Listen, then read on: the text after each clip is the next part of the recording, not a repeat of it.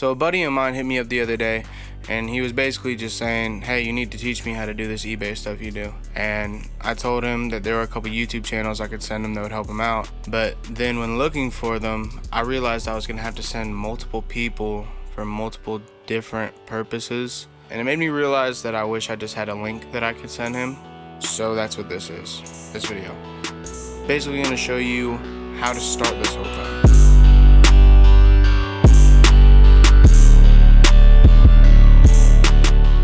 The tip that I found when I first started is that instead of going and sourcing when you don't even know what you can make money on really at this point, just look in your house. So let's say this hat or these headphones.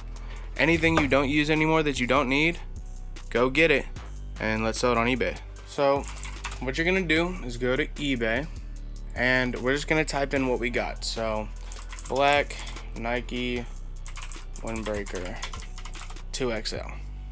Now you're gonna notice there's a bunch of different ones that come up, but you were looking for your specific one because let's say this design I personally like better than the one I have, and if I'm a shopper, you know, that's gonna matter for me. And if you can't find it, it's also helpful to type in extra keywords like this one has a zipper, you know, but also be paying attention to the prices of these other ones because it's still relevant. All right, so I see that these are going for around 20, 15 to 20, just depending. But here's the important part. These are the prices that sellers are asking for, right?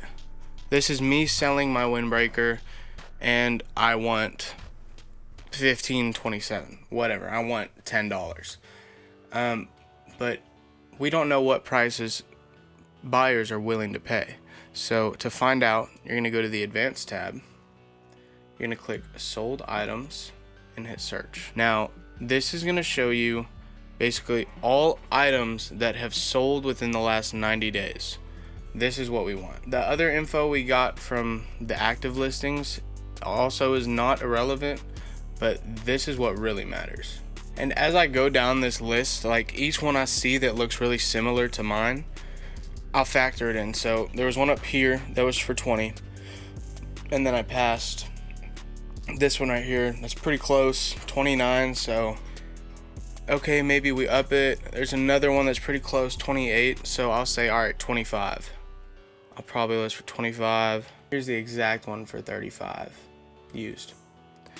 So we'll go ahead and use that and we'll list it for 30. Now that we know what people are paying for it, we have to take pictures. Me personally, I have a photo set up because I do eBay.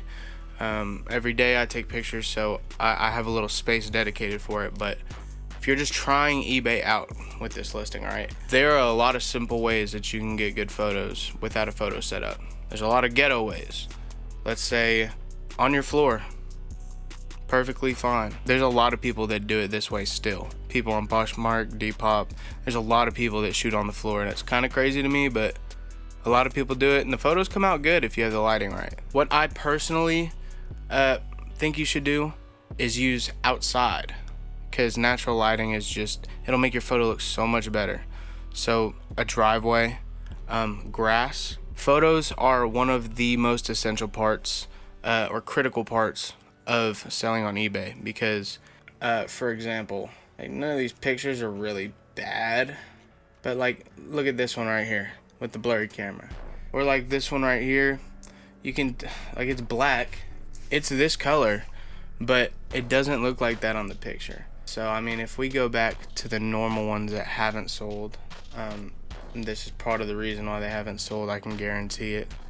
Look at this picture, bro. Does this make you want to buy this at all? Even if, like, let's say compared to if it was the same thing with this picture. This is done on someone's bed. They have their window open on the right side. They have their bedroom light on. It's not bad. Like, it's not great, but it's not bad. This is totally admissible. You know, as long as it's not, like, as long as the lighting is decent, it's fine. You just need to be able to see the product in its true form. And with that being said, let's say that there's a hole in the sleeve, right? you might initially want to try to hide that in the photos, but all that's gonna do is get you a returned item. Any holes or tears, or you need to take pictures of all of it and point it out. So like, let's say if this is my listing and there's a hole right here, I'm gonna take a zoomed in picture, like really close up, to highlight, look at this, this is a problem. Because I mean, it might not, like, people buy clothes like that still. I sell clothes with defects all the time, but it's when you don't point those out that they will send it right back to you. And also, for taking the pictures, you don't need anything but your phone. I used to use a camera. Sometimes I still do, because the white balance on iPhones pisses me off sometimes, and it just doesn't look true to color. But what I've done is I buy an app. It's called ProCam. I think it's like a $5 one-time purchase. Makes your iPhone camera look a lot better. It makes it a little more customizable. But yeah, all these pictures were done with this phone, and they don't look bad at all. All these pictures taken with this phone, not bad at all. So don't think you need a fancy camera. This is an iPhone 13 or 14, because you can still get great pictures, and as long as they're lit well, regardless of what kind of phone you have, it'll probably look good. All right, anyways, I've harped a little too much on the pictures, but it is just really important to me, in my opinion. So what you're gonna do when you find a listing, where were we? We lost it. So when you find a listing, you're gonna click it.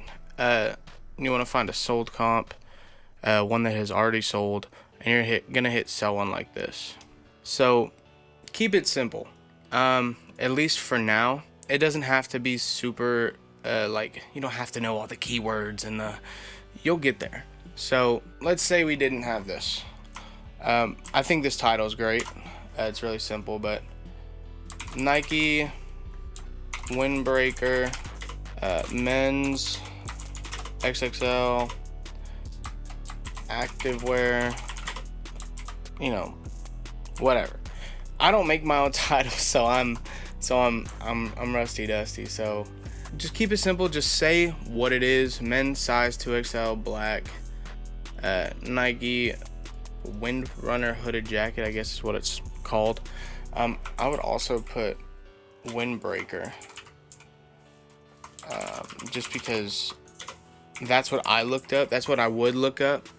So that's our title. So these item specifics, they are pretty important, but you will get a hang of it. I know right now a lot of these are like, what? But you'll start to learn. Only the essential ones matter. Size, color, type, maybe outer shell, sleeve length.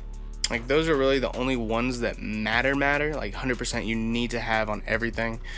But filling all of these out will make your listing go higher in the search. It'll help it from getting buried. Pre-owned, there's pre-owned excellent. I don't put that on anything unless it's like basically brand new. Like, I mean, this windbreaker, it's pretty close. I might put excellent on here, but just as a rule of thumb, I don't really put it on any listings because it's a pre-owned item, and that doesn't really matter. The good or excellent, that's not going to help your listing. Condition description, I just put good pre-owned condition. If there's hole, or if there's like a hole, I'd put small hole, right sleeve or whatever, and then see pictures. Boom. But we'll just keep it there. Description for this, it really doesn't matter. I put, like, you know, my like my shipping, I use USPS, 3 to 5 days, whatever. Payments I only accept, you know, there's stuff that I put in every one of my descriptions, but it really doesn't matter. Just describe it again, kind of like in the title. Just make it like a summary. Yeah, just like this. Pre-owned black Nike hooded windbreaker jacket in men's size XXL. No holes or stains. and you can just keep it like that. Doesn't have to be nothing crazy. So while we were looking at prices, we saw a couple that sold at 35 or that sold at 40. With my business, I bring stuff in and I try to get it out ASAP. Shit is priced to sell, baby. So try, because I heard this one time from a YouTuber, I'm not a hoarder, I'm a seller. I'm not a hoarder. So let's say I got this jacket, and let's say it had a really cool design on it, and I really liked it, and I was like, nah, this jacket is the shit. There's no way I'm selling it for $25. This is definitely worth $45. If you see one comp, if you see like $20, $30 sales, and you see one that sold for $45, don't be dumb. Don't be dumb. Let's not be dumb about it.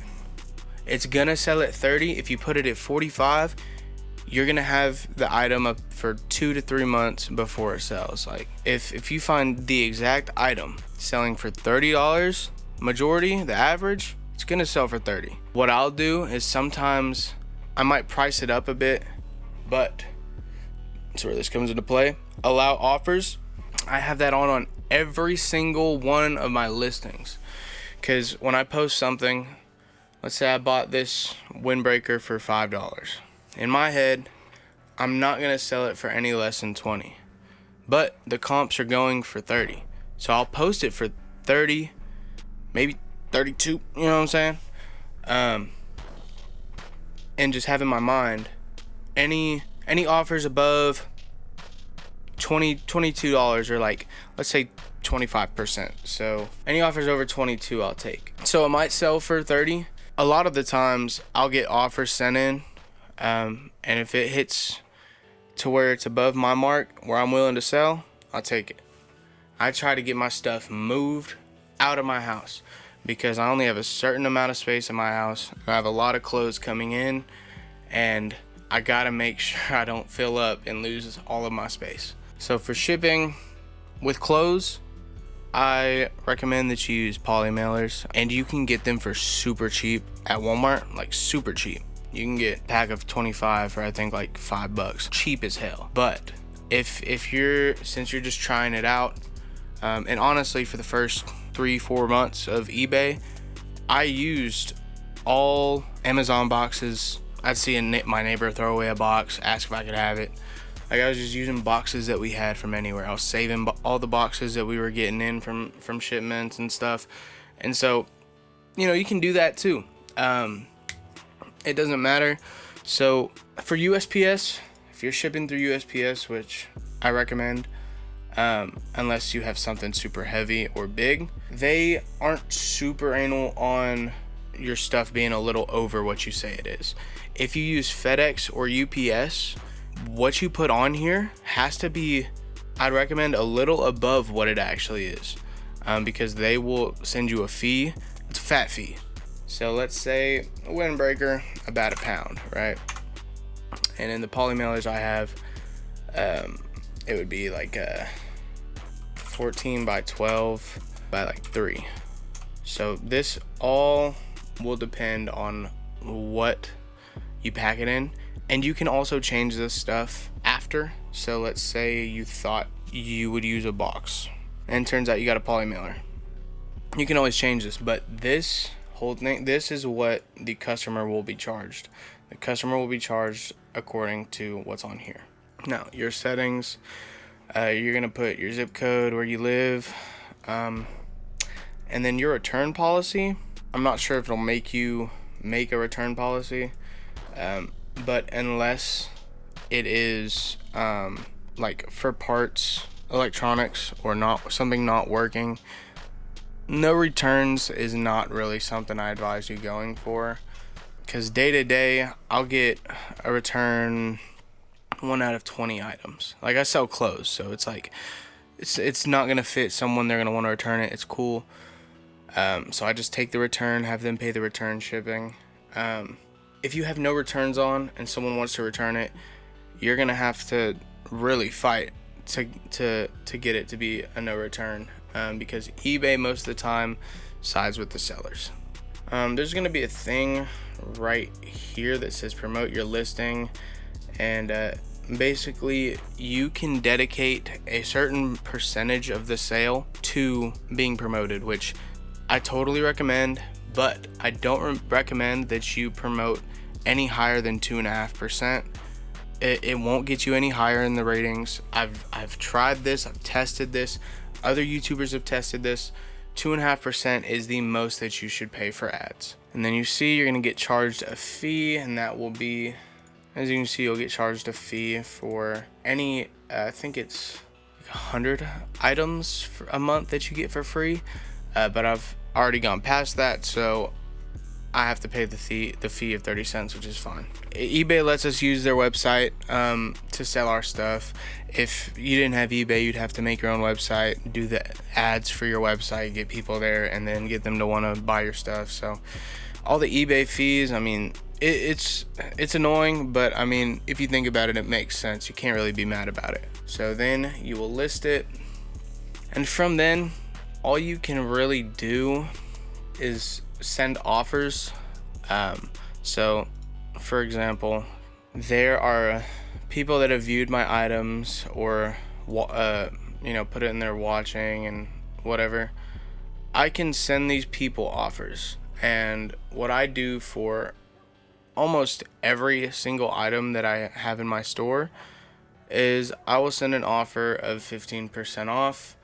I do that for literally almost everything. Like, unless it's super expensive and 10% off is still like a really, already like $20 off, then I'll just stick at 10%. But I am totally fine with these prices. I'm not gonna buy something like these I got for $1. This I got for $1. Like, I'm not going to buy something for $5 if I know that I'm not tripling my money. I don't buy anything unless I'm at least tripling my money, like on the lower end of things. All I do is just put 15 and send the offer. But yeah, now you've got your item listed on eBay. If it sells or if it doesn't, it really doesn't matter. This is kind of just to give you the experience of doing this. I recommend doing this with at least 5 items from your household, up to 10. The more practice you can get in, the more it'll make sense to you. Some people say that you need to sell in one niche, as in clothing or electronics or books, but when you're first starting out, you really don't know the pros and cons of all the niches. So I recommend you sell what you can find, and eventually you'll find what you like to sell. I like selling clothes. I think it's great, but I also still to this day will sell a computer or sell something else. So I wish you luck. You should subscribe. I'm gonna make a series of a bunch of other stuff I wish I knew when I first started. So yeah, see you there. You can see me, bitch, I'm going up. Got this bad hoe riding with me, bitch, yeah, I've been going up. I know if a bag is waiting for me, bitch, I'm showing up. Perk down, I'm on bubble guts. Road stroke with them bubble guts.